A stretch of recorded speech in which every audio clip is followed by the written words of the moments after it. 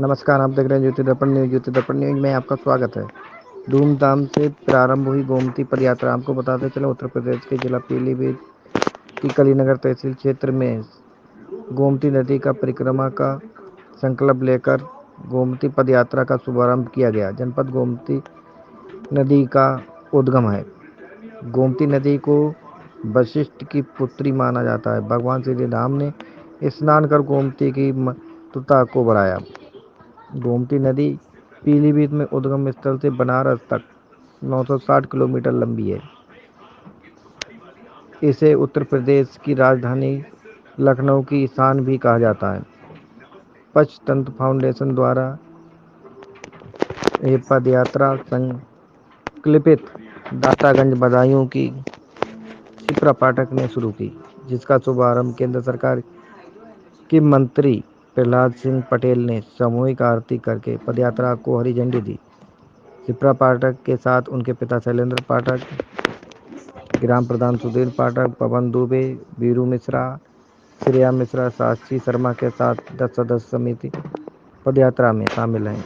इससे पहले तत्कालीन जिलाधिकारी पुलकित खरे ने पद यात्रा पर उद्गम गोमती नदी की खुदाई करवाई और 16 घाटों का निर्माण कराया, जिसकी जिले के वासियों ने खूब प्रशंसा की और उनको भागीरथ की उपाधि दी गई। आज दूसरे दिन की पदयात्रा में नवदिया सुल्तानपुर में पहुंची पदयात्रा। बाकी पदयात्रा का साक्ष्य शिप्रा पाठक के द्वारा सुने। नर्मदे हर। आज दूसरे दिन की यात्रा है और हम पहुंचे हैं नवदिया सुल्तानपुर। गोमती जी का जो स्वरूप है, जो दिख रहा है, मैं उससे बहुत पीड़ा में हूँ और इसी स्वरूप को बदलने के लिए ही 2 जोड़ी कपड़े और 1 दंड लेकर घर से निकली हूँ, इसी संकल्प के साथ कि कुछ ऐसा कर पाऊँ जो अविरल धारा बह पाए। हालांकि किसी भी बात में बहुत नकारात्मक बोलना मेरा स्वभाव भी नहीं है और उससे शायद कुछ निष्कर्ष भी नहीं निकलेगा। पहले तो इस लाइव वीडियो दंड लेकर घर से निकली हूँ, इसी संकल्प के साथ कि कुछ ऐसा कर पाऊँ जो अविरल धारा बह पाए।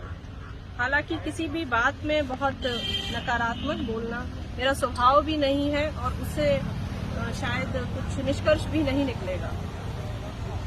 पहले तो इस लाइव वीडियो के माध्यम से मैं डीएम साहब आदरणीय अखिलेश जी और डीएम साहब आदरणीय पुलकित जी का बहुत बहुत धन्यवाद कहती हूँ कि अगर यात्रा के दौरान इतनी गोमती भी हमें दिख पा रही है तो कहीं न कहीं श्रेय उन गोमती भक्तों को जाता है, जो भले ही एक उच्च पद पर बैठे हुए हैं, लेकिन उन्होंने अपने कर्म को धर्म समझा और ऐसा कुछ कार्य करके गए हैं गोमती से जाते जाते भी कि गोमती का कम से कम स्वरूप और दर्शन भर हमें हो पा रहा है। अगर हम सब इसी एक उनके प्रकल्प में लग जाएंगे तो ये धारा अविरल भी हो जाएगी। और यात्रा से जुड़े रहिएगा। बीच बीच में गोमती जी से जुड़े हुए जो भी संवाद होंगे, जो भी उनकी व्यथाएं होंगी, जो भी उनकी कथाएं होंगी, आप तक पहुंचाने का प्रयास करूंगी। हर हर गोमती, नर्मदे हर।